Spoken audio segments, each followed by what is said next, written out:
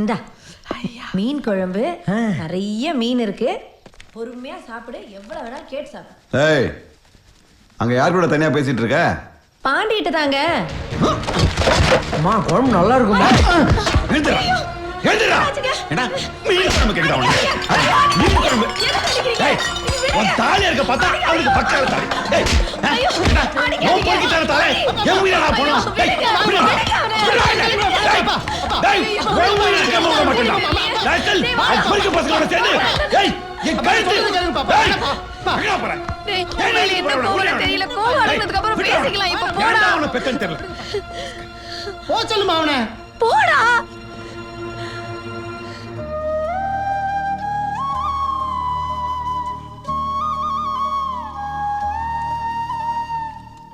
ஐயா பாண்டி, ஏன் இங்க வந்து பனியில படுத்துக்கிட்டு இருக்க? நீ எங்க வந்த? சாப்பாடு எடுத்துட்டு வந்தேன்டா. எந்த நேரத்துல உன்னை பெத்தனோ தெரியல. உனக்கு அவருக்கு ஏழை பொறுத்தவே இருக்கு.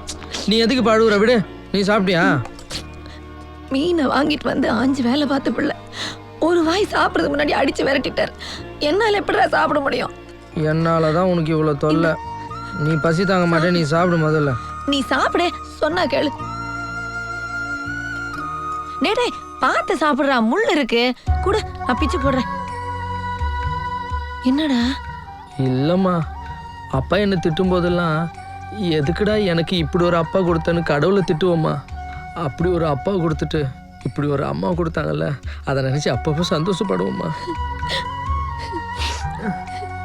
அம்மா நீ எதுக்குமா அழுவுற?